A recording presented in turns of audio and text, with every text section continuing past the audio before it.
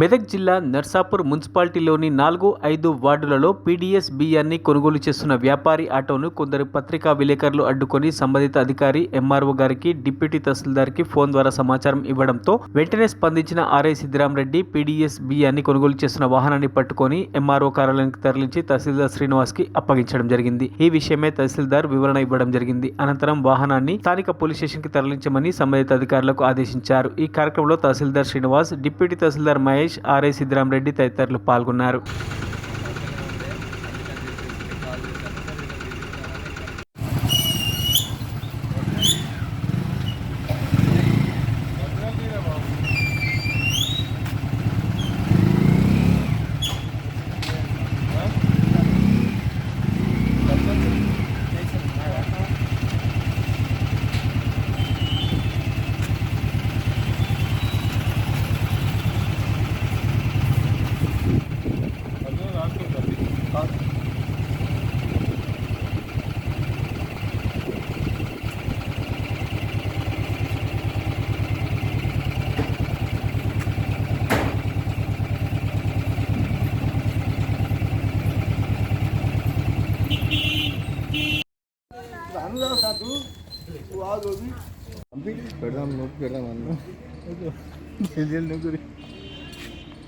PDS rice అమ్ముతుండని మాకు information ఇచ్చి మాకు బండి పట్టించడం జరిగింది.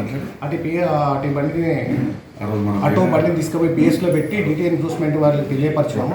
వాళ్ళు తీసుకొచ్చి దాన్ని పీడిఎస్ రైసా లేక రెగ్యులర్ రైసా చూసి ఇన్స్పెక్షన్ చేసి దాని మీద తదుపరి చర్య తీసుకుంటాం. మరిన్ని అప్డేట్స్ కోసం మా ఛానల్ని సబ్స్క్రైబ్ చేయండి.